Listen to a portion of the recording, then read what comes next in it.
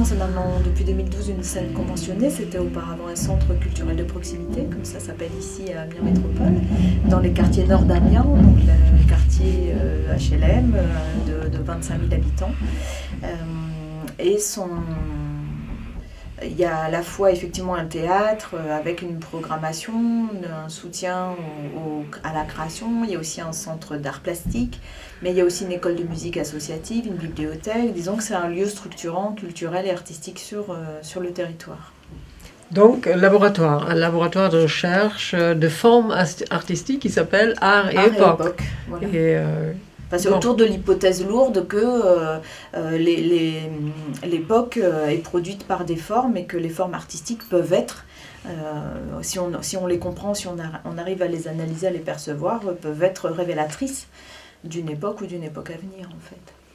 À l'intérieur du Safran, il y a une compagnie théâtre qui est en résidence, donc qui participe à l'ensemble du projet, menée par Nicolas Salin. C'est effectivement, cette compagnie s'appelle la compagnie Théâtre Inutile.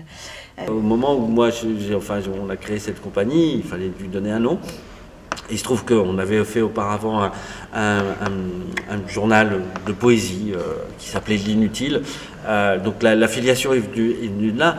Le théâtre inutile, avec ce laboratoire Art et Époque, se nourrit effectivement de cette pensée que peut apporter Miguel, et puis se met en chantier à travers des laboratoires de plateau, de voir comment, en travaillant un peu nos différents outils, nos différentes formes, on peut faire émerger des choses qui nous saisissent d'un moment et qui parlent du temps dans lequel on est. Je vous rappelle l'hypothèse lourde, l'hypothèse de base de notre travail des séminaires et de recherche est que chaque époque a donc des problématiques propres à l'époque. Donc notre hypothèse est de dire, effectivement, comment est-ce que nous pouvons identifier ces formes qui nous conforment, qui nous tissent et qui sont plus ou moins identifiées dans la société. Alors, le travail de plateau est un travail dans lequel il ne s'agit pas d'illustrer les propos du séminaire, il s'agit d'en parallèle travailler la question de la dissolution des formes postmodernes, néolibérales, etc. et comment est-ce qu'ils peuvent, ou pas, commencer à émerger de nouvelles formes. Moi, ma pratique, c'est l'écriture, donc moi aussi, je suis observateur des mots, des expressions, de comment ça peut rendre compte de l'atmosphère morale d'une époque. Par exemple, certaines choses, certaines expressions qu'on peut trouver honteuses quand elles sont exprimées en public à une époque, quelques années plus tard ne le sont plus. On peut dire certaines choses publiquement sans ressentir ce sentiment de honte. Cette façon-là que les mots ont aussi de voyager d'une époque à l'autre et de nous renseigner sur l'atmosphère, moi ce que j'appelle l'atmosphère d'une époque. Je trouve que le laboratoire, en tout cas pour moi, donne les outils de ce travail-là. En tout cas, l'idée que les formes artistiques témoignent de différentes atmosphères qui constituent l'atmosphère globale d'une époque. C'est par cette entrée-là que j'ai trouvé mon intérêt. C'est pour ça que c'était très intéressant de rencontrer Miguel, parce que moi j'ai toujours dit à Miguel que les trucs un peu la complexité, les choses comme ça, on est dessus depuis toujours. Moi quand j'ai rencontré la compagnie, je venais de lire tous les textes, enfin pas tous, j'exagère, enfin certains textes sur la complexité, là, il s'appelle Edgar Morin. Voilà. Edgar Morin. Donc j'étais en plein dans la lecture d'Edgar Morin, et donc quand je voyais un peu comment on travaillait, ce truc un peu, cette construction avec les textes de Cossy qui a amené ça, c'est l'histoire du fil, c'est venu aussi du texte de Cossy, hein, c'est pas venu de rien non plus. Enfin voilà. Et donc voilà, c'était. La rencontre avec Miguel, c'est pas un hasard. Il se trouve que la compagnie a dit on va travailler avec Miguel. J'ai commencé à lire les bouquins de Miguel, j'ai vu qu'il y avait des liens avec les travaux d'Edgar Morin, avec plein de trucs. Enfin, ça croisait plein de choses qui étaient nos préoccupations et mes préoccupations et nos préoccupations dans la compagnie depuis longtemps, qu'il y avait plein de choses qui faisaient sens et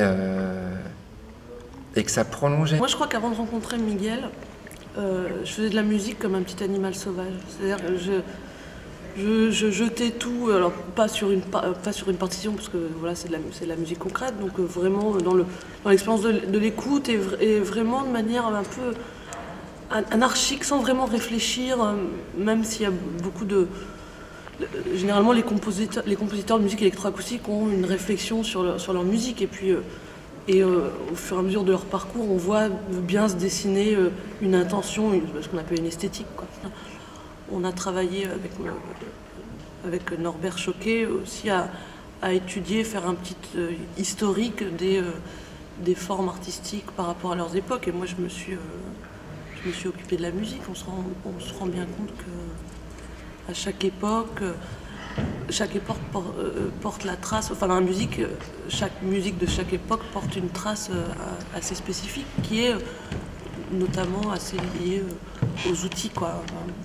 Aujourd'hui, on va continuer avec Norbert et Karine par rapport à la musique et les arts plastiques en général, en avançant un tout petit peu comme ça, de façon chronologique, pour essayer d'explorer un tout petit peu l'hypothèse forme, époque, compréhension de l'époque à travers les formes, non?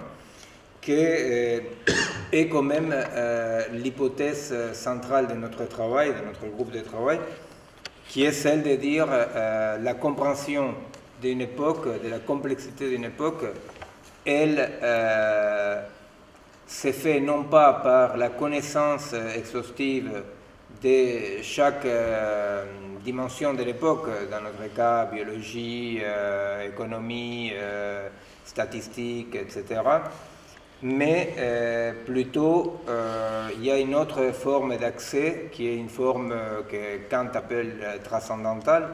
Transcendantale, ça ne veut pas dire transcendantale vers Dieu, transcendantale, ça veut dire non médié par les raisonnements réflexifs, non? Qui sont les formes. 20 ans, 1475, et on voit qu'il y a quand même le début de la perspective atmosphérique qui est là un petit peu, mais l'invention de Léonard, c'est ce qui s'appelle le plumato. Le plumato, c'est aussi une technique de peinture à l'huile. Du coup, la peinture à l'huile, elle arrive après. C'est un peu plus tard, hein. Là, on est déjà dans la période presque qui va s'appeler la Renaissance classique. On n'est plus dans la première période de la Renaissance avec Van Eyck et tout ça. On est un tout petit peu après.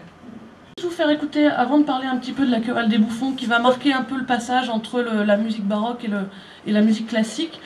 Écoutez un petit peu de musique sacrée, et notamment le Stabat Mater de Pergolèse.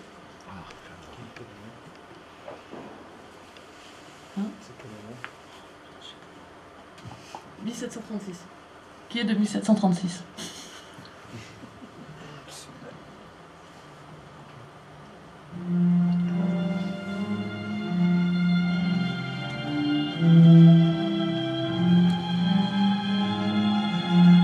L'Europe, on a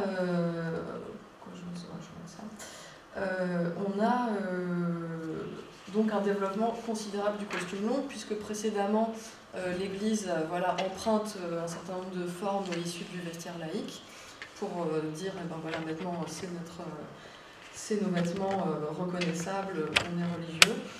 Et du coup, ce costume long va se développer et on trouve des traces dans toute l'Europe, surtout à partir du XIIe siècle. Et évidemment, surtout pour les classes élevées et riches. Le costume plus court va continuer d'être la base des travailleurs et des pauvres, et il ne se modifie pas beaucoup jusqu'à la fin du Moyen-Âge. Que du coup, les questions de forme se jouent dans une manière complètement étirée. Et on verra aussi chez Brecht que la question des projections, d'avoir des informations complètement éclatées, c'est pas nouveau. D'éclater le récit, etc. Enfin voilà, je veux dire, voilà. Après, il y a dedans tout ça. C'est une histoire quand même qui reste quand même assez complexe, puisqu'il y a des courants, des contre-courants, des opposants, enfin, voilà, etc. Donc du coup, il y a des formes multiples. Je vais essayer un petit peu d'en arriver là. On est caché, on a ri. On t'a vu voler caché, on a ri. Tu te retrouves dans la foule d'une ville. Vous voyez, je sais ça. cacher les ailes pour ne pas être reconnu, je sais ça. Il s'appelle l'oiseau, il se fait le mort et au théâtre, les morts se relèvent toujours pour saluer leur public. Bonjour les enfants! Pardon les enfants pour l'incapacité momentanée de respecter l'autorité de la tradition, mais nos morts ne sont pas bien morts! Nos morts ne sont pas bien morts! Ce qui importe, c'est pas les récits qu'on a, c'est pas le récit de la sorcière, le récit de tel ou tel bouc émissaire, ou le récit de Giordano Bruno, le récit de, c'est la trace de ce récit. Et comment nous amener le public, le spectateur, à rentrer dans cette problématique-là, d'une manière ou d'une autre. Enfin voilà, l'outil mannequin, c'est très vite et c'est posé là, puisque effectivement avec un mannequin, on peut en faire, on peut évoquer ça de manière. Voilà, et c'est une surface de projection, tu peux avoir l'empathie pour, en même temps, dire oh, c'est qu'un morceau de bois. Enfin, voilà, ça joue. Et ça joue sur une surface de projection aussi pour le spectateur qui va aussi se raconter quelque chose avec ça, quoi. Combien même le corps on veut le faire disparaître, la tragédie du corps, tu vois, quelque chose de tragédie pas dans le sens négatif simplement, tu vois, la tragédie dans le sens. Parce qu'à la limite, tu peux montrer quelqu'un qui est en train de manger, et l'effet de manger peut être toute l'horreur du monde, tu vois, qui est l'effet, bon, il faut manger, parce qu'il faut s'alimenter, parce que les corps, comme ça peut être une joie immense, non? Donc finalement, qu'est-ce que tu montres en soi n'a pas un sens définitif. Ce qu'il y a, c'est que ce que vous avez permis, c'est d'entrevoir les différentes dimensions. Quand on montre une chose, entrevoir les différentes dimensions. Oui, elle a une influence, puisque du coup je lis des livres que j'aurais jamais lus sinon. Lesquels? Par exemple, en l'occurrence, des bouquins de Miguel. Voilà, là je suis en train de lire Le mythe de l'individu et c'est des ressources qui permettent d'élargir le champ de pensée, mais même de manière concrète dans la vie, quoi, dans la vie normale. De repenser des modes de relation, de repenser des modes de relation aux gens, au monde. Justement, c'est ça qui est intéressant, parce que souvent quand les gens viennent voir les spectacles et qu'ils entendent Théâtre Inutile, c'est là où ça reste assez rigolo, parce que par rapport à ce qu'ils voient et comment on nomme la chose, ça ouvre justement un éventail de l'utilité et de sa contagion, quoi. Donc que le théâtre inutile, c'est-à-dire que c'est pas un objet privé. Lecteur? On a deux lecteurs. Bon, j'ai fait. Ouais, ça fait 3 lecteurs. Ouais.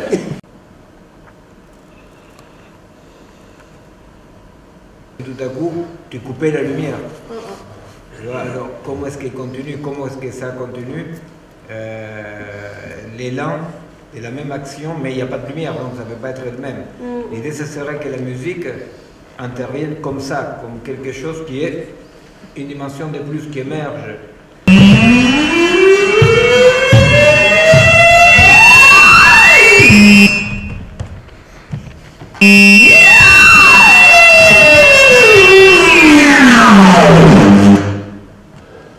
On va continuer, là, de toute façon, on va pas non plus. On fait le troisième dépliage avec texte, non?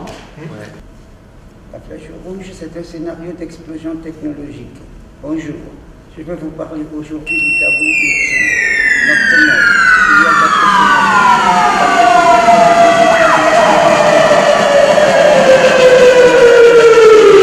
La flèche bleue, c'est la poursuite lente de notre espérance de vie qui monte jusqu'à technologie NBIC. Va nous permettre de lutter contre la mort. N égale nanotechnologie.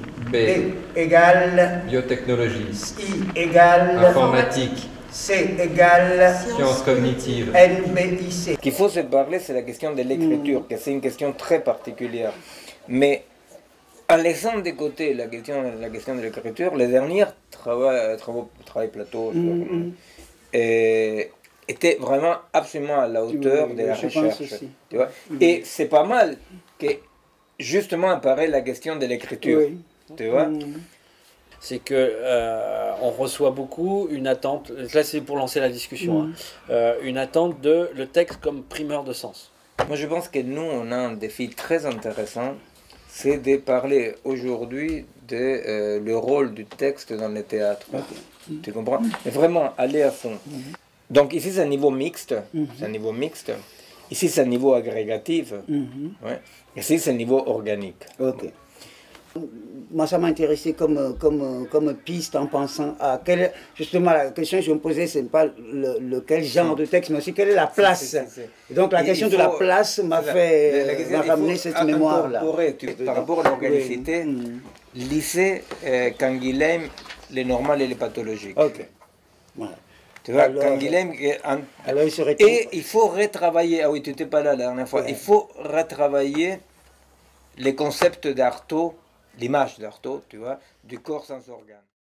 L'objet que j'ai pris, je l'enveloppe dans ce tissu et je vais le faire passer. Et la question c'est, qu'est-ce que l'esprit de César Pavese a voulu dire au consultant ou à la consultante ici représentée? Dans tout ce que, avec tout ce que nous venons de brasser, la parole personnelle et les paroles collectives qui nous ont traversées,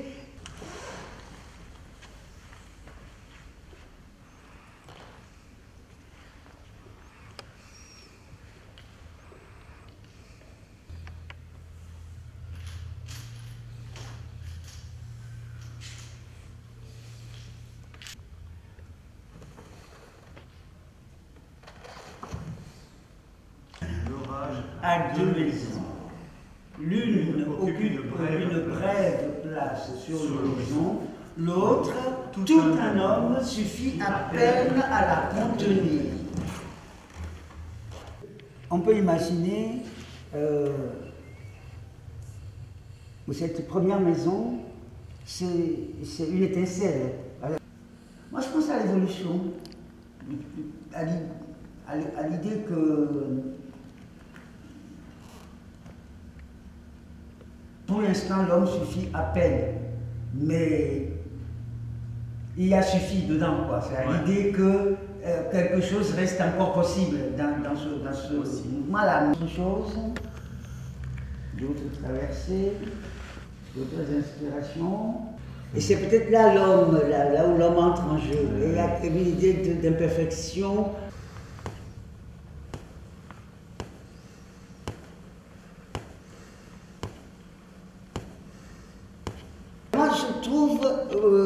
Je peux dire pourquoi je trouve intéressant de faire avec des textes poétiques. Parce que la parole que ça suscite en nous n'est pas du même type que si on faisait la même chose avec une série de paroles qui seraient de type informatif, par exemple.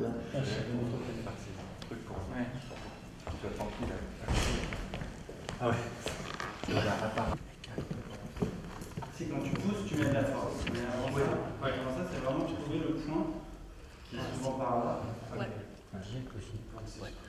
Comme ça, le mieux le rythme 5, c'est le rythme normal, le voir, c'est lent.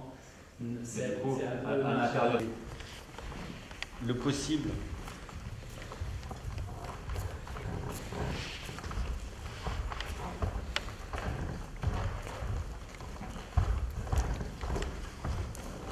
Qu'est-ce qu'ils vont voir les 15-20 personnes qui vont venir? C'est quoi ça? Tu vois? Et alors, par exemple, moi, ce que tout à coup je me dis, il y a quand même sous-jacent un élément d'antidivertissement, par exemple.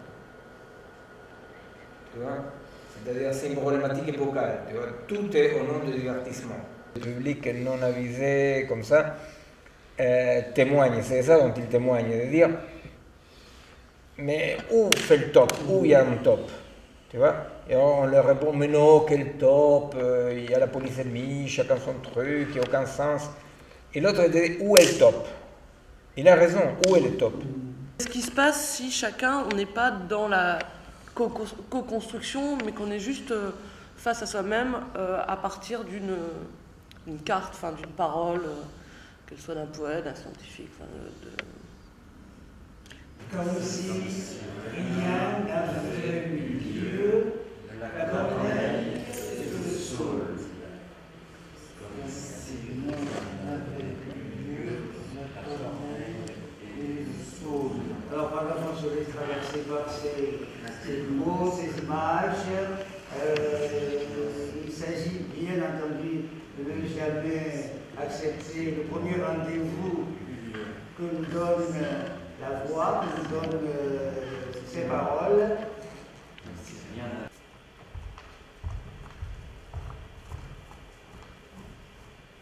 Quelqu'un? Vous avez vu quelqu'un? Qu'est-ce qui se passe? Vous avez l'heure? Qui est là? Il est où le truc? Vous avez entendu comme un bruit? C'est un gars du quartier? Vous le savez bien. Demi-mort? Qu'est-ce que c'est? Mais vous le connaissiez? Il est d'ici? C'est un gars du quartier?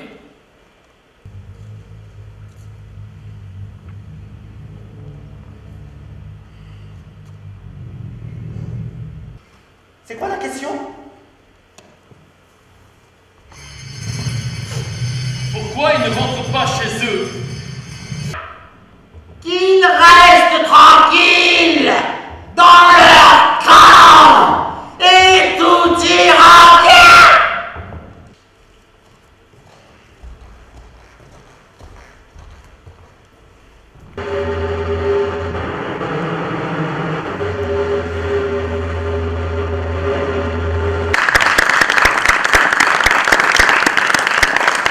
Voilà, c'est ouvert un peu à la discussion, à vos impressions, à votre sentiment, comment, voilà, on est dans l'expérience, donc allez-y, lâchez-vous, c'est Martyr. Mais dans l'ensemble, j'ai trouvé que c'était un travail très, très porté, très intéressant. J'ai beaucoup aimé et j'ai trouvé qu'il n'y avait rien de commun avec le premier laboratoire. Même si on retrouve certaines techniques et tout est plus centré, plus conscient, je trouve, et il y a plus d'impact au niveau des comédiens. Donc finalement, ce côté-là, il colle parfaitement à la réalité qu'on voit tous les jours, hein, où les gens s'abstiennent, se taisent, subissent, etc., etc. Alors pour nous, ça correspond aux cartes. Nous n'avons pas une tradition de poésie orale que nous pratiquons tous, donc on s'est demandé ce qui peut tenir lieu de ça. Nous avons des poètes qui sont dans les livres, parce que ça, donc voilà, nous allons les chercher. Alors là, c'est le premier jeu il faut pour constituer ce matériau-là, on est allé au hasard. C'est-à-dire, chacun a proposé, au hasard, ce n'est jamais complètement le hasard si on choisit tel poète dans sa bibliothèque ou tel... Donc on a élargi le champ du matériau, on a débordé le champ de la poésie et on a dit n'importe quel type de texte. Donc ça peut être aussi quelques phrases découpées dans le journal, ça peut être... Mais il y a le matériel poétique et c'est tout ça qui va constituer pour nous la mémoire.